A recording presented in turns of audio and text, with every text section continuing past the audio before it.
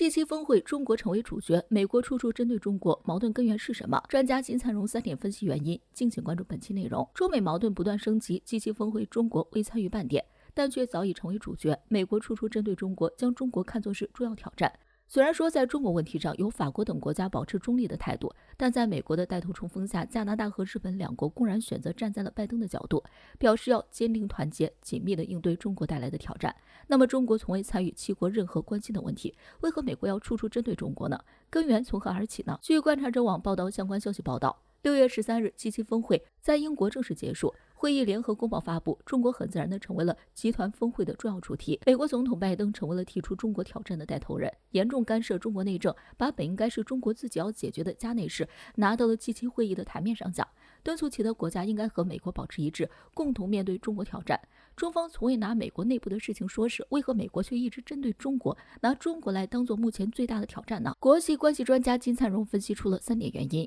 1. 美国作为世界强国，一直都是奉行美国最大的思想，如今面对中国不断的崛起和快速发展，美国不能够接受。20世纪美国经济迅速发展，由于占有广阔的国际市场，经济不断扩大后，便大力发展军工业，成为世界上最富强的国家，因此这个时代被称为美国时代。但是如今中国迅速发展，而美国还睡在属于美国时代的美梦中不肯醒来，不愿接受中国的快速发展，认为自己的利益受到了威胁，因此开始想方设法对中国进行打压和制裁，所以就连G7峰会中也对中国针对性极强。2. 强大的中国不愿意迎合美国的霸权主义，去讨美国的欢心。中华民族经历了千辛万苦才换来了今天的成就，中国一直在发展，所以不会再冒以前的错误。我们不会因为美国霸权主义的威胁而听从美国人的看法，去讨美国政府的欢心。发展自己才是强国之道，我们只会走自己正确的道路，美国如何走路是美国的事情，中国不会干涉，但也绝不会妥协。3. 中国坚决维护自己的立场，美国想压迫，但中国坚决反对。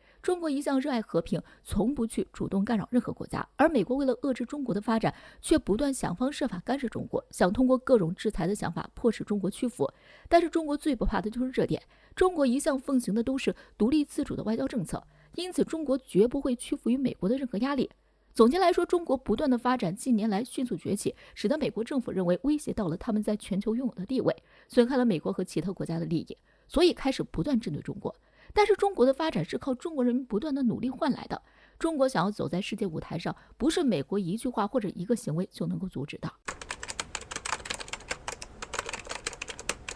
中美冲突的最大根源只因中国不会牺牲自身利益讨美国欢心。对此，金灿荣作出解读，敬请关注本节目了解详情。作为世界上2个最大的经济体以及拥核国家，这就导致了中美关系是和还是恶已成为国际社会关注的焦点。在外界看来，中美冲突似乎已成定局，那么中美之间为何会走到这一步呢？对此，美媒福布斯网站认为，中美冲突的最大根源就是中国不会牺牲自身利益讨美国欢心，且拜登也不会在这一问题上做出让步。从表面上看，中美都同意中国制造的时代已经过去，所以大多数美国人都认为与中国建立联系的能力可能已经达到最大限度，而继续保持联系的政策将有助于中国比其他国家增长得更快。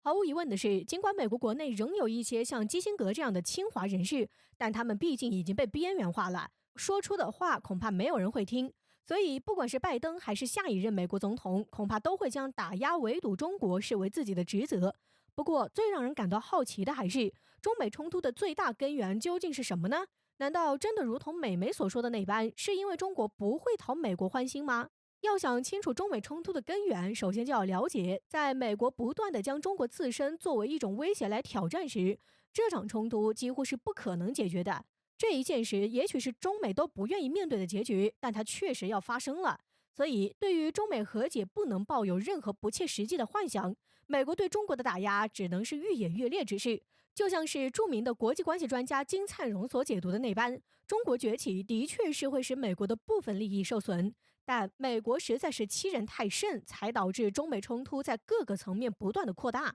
从理论上说，任何国家都有不断发展壮大的权利，但现实世界远比理论要残酷。以美国为首的西方国家已经制定出一套现行的国际秩序规则，在这套规则内，他们就是最大的受益者。在整个运作机制中，如果中国等国家迅速崛起，他们将会认为其利益受到挑战，从而对中国施加压力。不出所料的是，中国在未来所面临的压力只会是越来越大，指望美国坐视中国崛起是不可能的，除非它的实力被中国所超越。届时将会是中国媒体称中美冲突的最大根源，就是美国不会牺牲自身利益讨中国的欢心。担忧中国崛起而影响自身利益，北约秘书长又发危险声明：中国正掌控世界。敬请关注本节目，了解详情。七国集团峰会刚刚结束，美国总统拜登就再次启程前往比利时的首都布鲁塞尔参加北约国家的首脑会议。需要重点提到的是，此次北约首脑会议还特意发了一份公报，提到了中国。该公报大致意思就是，中国对以规则为基础的国际秩序以及与北约安全有关的领域构成了一个全新的系统性挑战。除此之外，他们还提到了中国快速扩张的核武库以及军事现代化不透明等问题。这一公报的内容对于历来只关注俄罗斯情况的北约来说实属罕见。据观察者网的消息称，北约秘书长斯托尔滕贝格认为，北约在未来应该对中国采取更强硬的立场，但他也承认，在一些全球性问题上，北约需要与中国合作，例如在武器控制、气候变化等方面。然而，刚说完北约需要同中国合作没多久，他又开始渲染中国给北约带来的挑战。他表示，中国在非洲、在北极对北约的关键基础设施进行了大量投资，并试图控制这些设施。中国正在潜移默化地掌控北约，并试图掌控世界。为此，北约应当以一个联盟的形式共同行动，以应对来自中国的挑战。不过，就在北约秘书长又发危险声明的不久后，英国首相约翰逊补充说明道，此次会议上的领导人都不想与中国展开一场新冷战。对此，有分析认为，北约之所以会发出如此矛盾的声音，主要是因为对北约的领头羊美国而言，现在的当务之急就是围攻并遏制中国。拜登以及特朗普这两个时期的对华立场是一致的。